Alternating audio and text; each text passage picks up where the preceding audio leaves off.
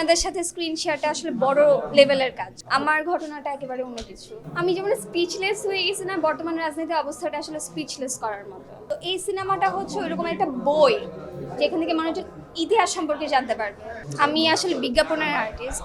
বিজ্ঞাপনের জন্য আমার বিজ্ঞাপনের যত কো আর্টিস্ট আছে সবার সাথে আমার কাজ করা হয়ে গেছে, কিন্তু সিনেমা বা যারা কিনা ফিকশন করে, অ্যাক্টিংয়ে কাজ করে, ওনাদের সাথে স্ক্রিন শেয়ারটা আসলে বড় লেভেলের কাজ। ওইটার জন্য আমি তখনও নার্ভাস ছিলাম। বিশেষ করে পাবেল ভাইয়ের কথা আমার বলতেই হয়, সবচেয়ে বেশি হেল্পফুল ছিলেন উনি। স্ক্রিপ্ট আমি ওনার সাথে বসে ডিসকাস করেছি, ডায়লগটা বা ইমোশনটা কিভাবে আমি ডেলিভারি করব সে বিষয় নিয়েও পাবেল ভাই আমাকে খুব হেল্প করছে। তো নার্ভাস ছিলাম তখনও, কিন্তু কো আর্টিস্টদের হেল্পের কারণে এবং আরেকজন যে এডি ছিলেন আমাদের আদিত্য, ওর হেল্পের কারণে আমি পারফর্ম করতে পারছি।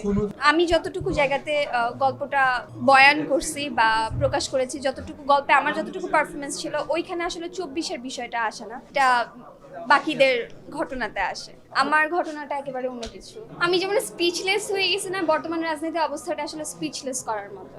আমি বেসিক্যালি একজন আর্টিস্ট, অ্যাক্টিং করতে পছন্দ করি, ভালোবাসি, এটা আমার একমাত্র প্রফেশন এবং প্যাশনেটলি করি আমি এটা। একমাত্র স্মার্ট সিটি বসুন্ধরা, আধুনিকতায় এক ধাপ এগিয়ে। তো যদি গল্প ঘটনা এরকম থাকে যে এখানে গ্ল্যামার একজন আর্টিস্ট প্রয়োজন, সেখানে আমি গ্ল্যামার গার্ল হয়েই পারফর্ম করব। আর ক্যারেক্টারের ডিমান্ড যেরকম থাকবে আর কি, যেহেতু এটা মানুষই যেরকম ক্যারেক্টারের ছিল, আই গেস আমি অডিশন দিয়ে টিকছি, কজ আমি ওনাদের একটু বিলিভেবল জায়গাটাতে পৌঁছায় দিতে পারছি যে হ্যাঁ আমি মানুষই হইতে পারি। বাবার আদর্শ বলতে ওখানে মানুষই ছোটবেলা থেকে ওর বাবাই ওকে পড়াশোনা করা।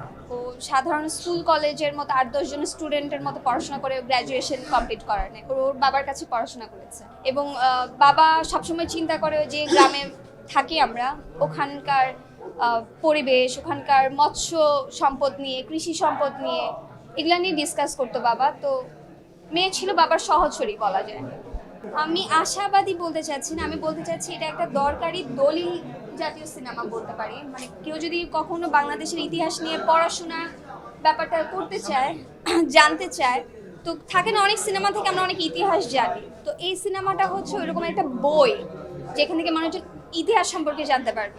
এই নতুন প্রজন্ম আমি জানি না কয়জন আসলে বই খুলে আমরা ইতিহাস সম্পর্কে পড়তে আগ্রহী থাকি, কিন্তু এই প্রজন্ম যেরকম ভিজুয়াল দেখে শিখতে চায়, আই গেস আমাদের এই ফিল্মটা ওই ক্ষেত্রে সহযোগী হবে।